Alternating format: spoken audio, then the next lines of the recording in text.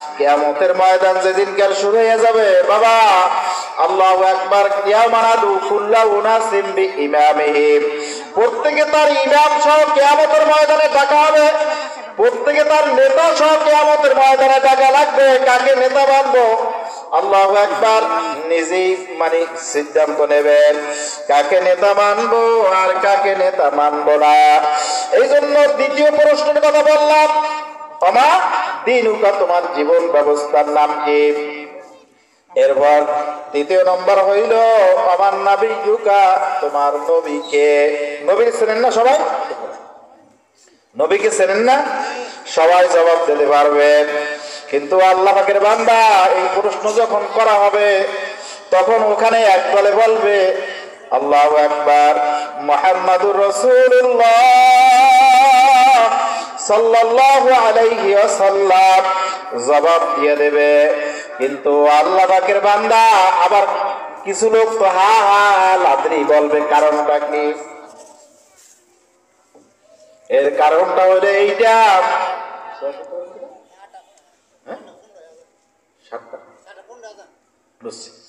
যাই হোক, ও আমার আল্লাহ, ও আমার বন্ধুরা, ও যুবক ভাইরা, ও আমার পর্দার আড়ালের আমার মা ও বোনেরা, ভালো করে বোঝার চেষ্টা করেন।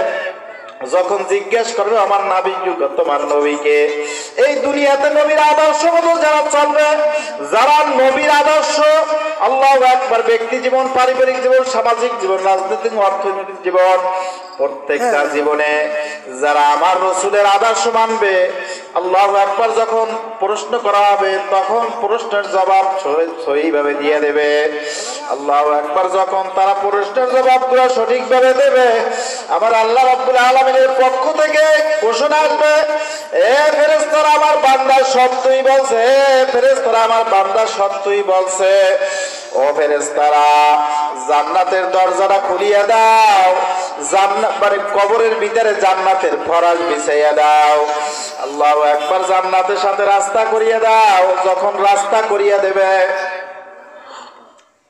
আল্লাহু আকবার, যখন জান্নাতের ভিতরে রাস্তা করিয়ে দেবে, এরকম কিয়ামত পর্যন্ত আল্লাহ পাকের বান্দা ওই কবরে সুখে শান্তিতে থাকবে।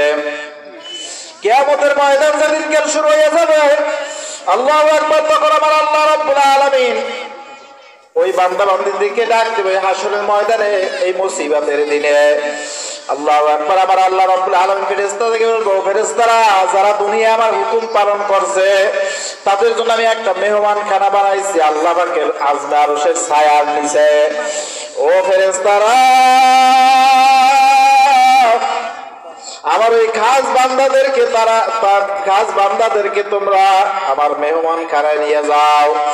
আল্লাহু আকবার, তাদের হিসাব নিকাশ সহজ হয়ে যাবে, তাদেরকে ফেরেশতারা ইস্তেকবাল দিয়ে জান্নাতের ভিতরে ঢুকাইয়ে দেবে।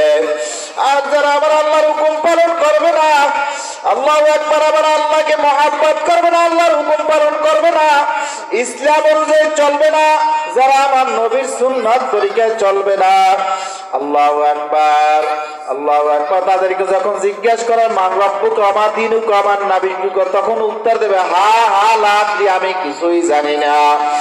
আল্লাহু আকবার, এই কথা যখন বলবে, ও আল্লাহ পাকের বান্দা, তখন আল্লাহ পাকের পক্ষ থেকে বলবেন আল্লাহু আকবার, আদুল্লাহ, আমার শত্রু মিথ্যা বলছে, ও কি জানে না। আল্লাহু আকবার, ও আমার ফেরেশতারা, তাড়াতাড়ি জাহান্নামের সাথে দরজা খুলিয়ে দাও। আল্লাহু আকবার, কবরটার কবর থাকবে না, কবরটা কিন্তু জাহান্নামের কুয়া হইয়া যাইবে। আল্লাহু আকবার, 99টা সাপ কবরে ছাড়িয়ে দেওয়া হবে। ও আল্লাহ পাকের বান্দা, দুনিয়াতে একটা সাধারণ সাপ দেখলে সইতে পারি না, কিন্তু ওই কবরে একা একা কেমনে থাকবো বাবা, চিন্তা করি অন্ধকার কবরে যাইয়েন। আল্লাহু আকবার, ভালো করে মুসলমান না হয়ে অন্ধকার কবরে যাইয়েন না। আল্লাহু আকবার, একটা না দুইটা না 99টা সাপ তার কবরের ভিতরে ছাড়িয়ে দেওয়া হবে। কোথায় বাইকা যাওয়া যাবে না। আল্লাহু আকবার। ওই কিয়ামতের ময়দান যেদিনকে শুরু হয়ে যাবে, সূর্যটা যখন মুঠোমাতে এক বিলাস্ত উপরে থাকবে, আল্লাহু আকবার, সূর্যের তাপে গিরুরা টকবক টকবক করে জমিনের ভিতরে পড়বে। আল্লাহু আকবার। ওই সময় আল্লাহ রাব্বুল আলামিন ফেরেশতাদেরকে বলবে, ও ফেরেশতারা, জাহান্নামটা একটু হাসরের ময়দানে নিয়ে আসো। কত বান্দা বান্দীদেরকে আমি কত নিয়ামত খাওয়াইছি, তারা আমার কথা শোনে না, আমার হুকুম পালন করে নাই। ও ফেরেশতারা, জাহান্নামটা তুমি হাসরের ময়দানে নিয়ে আসো। আল্লাহু আকবার। জাহান্নামটা যখন হাসরের ময়দানে নিয়ে আসবে, যখন জাহান্নামীরা যখন ওই জাহান্নামকে দেখবে, আর জাহান্নাম যখন জাহান্নামীদেরকে দেখবে, তখন গুরিম গুরিম আওয়াজ দেবে। এই আওয়াজে ভয় পাইয়া জাহান্নামীর এদিকে দৌড় দেবে, ওদিকে দৌড় দেবে, কোথায় যাইবে, যাওয়ার আর জায়গা থাকবে না। আল্লাহু আকবার। হিসাব নিকাশ করে ফেরেশতারা উপর করে ফালাইয়া, শিকল দিয়া, আগুনের শিকল দিয়া উপর করে ফালাইয়া, এরপর জাহান্নামের ভিতরে নিয়ে ফালাইবে। ও আমার বাবাজিরা, আমার বন্ধুরা, দুনিয়ার আগুনের চাইয়া 70 গুণ তেজের আগুন হইল জাহান্নামের আগুন। দুনিয়ার আগুন হইল জাহান্নামের আগুনের দোয়া। ও আল্লাহ পাকের বান্দা, দুনিয়ার আগুন যদি সইতে পারেন, তাহলে আপনি আল্লাহর হুকুম পালন করিয়েন না, আল্লাহর হুকুমের বাইরে চলে। আর যদি এই দুনিয়ার আগুন যদি ধরতে না পারেন, একদিন একটু আঙ্গুল দিয়ে দেখেন, শেষ করি, আরে দুনিয়ার আগুন হলো জাহান্নামের আগুনের দোয়া। দুনিয়ার আগুনে যদি হাত না দিতে পারি, তাহলে ওই জাহান্নামের আগুন আমার কি অবস্থা হবে রে বাবা। এই জন্য বুঝা শুনিয়া ও ঘরের মা বোনেরা, অনেকেই তো পর্দা থাকেন না, পরপুরুষের যে চেহারা দেখা, এই চেহারা দিছিল তো আমার মাওলা। এই মাওলার চেহারা কিন্তু অন্য পরপুরুষের দেখান যাবে না। যারা দুনিয়াতে বসে পরপুরুষের দেখাবে, তাদেরকে দেখার জন্য কিন্তু 99টা সাপ তাদেরকে দেখার জন্য কবরে আসবে রে বাবা। এই জন্য আমার বাবাজিরা, আমরা এই ছোট্ট একটা জিন্দিগি, আমরা কে কয়দিন দুনিয়াতে বাঁচবো জানা নাই। এই দুনিয়ার ভিতরে থাকে, কিন্তু দুনিয়ার মহাব্বত ভিতরে থাকে। ও আমার বাবাজিরা, এই মহাব্বত কেমনে দূর করবেন? আমার আল্লাহ পদ্ধতি দিয়ে দিয়েছে। সেই পদ্ধতি হলো বেশি বেশি আমার আল্লাহ পাকের জিকির করা লাগবে, আর দ্বিতীয় হলো আল্লাহওয়ালাদের সোহবাতে থাকা লাগবে।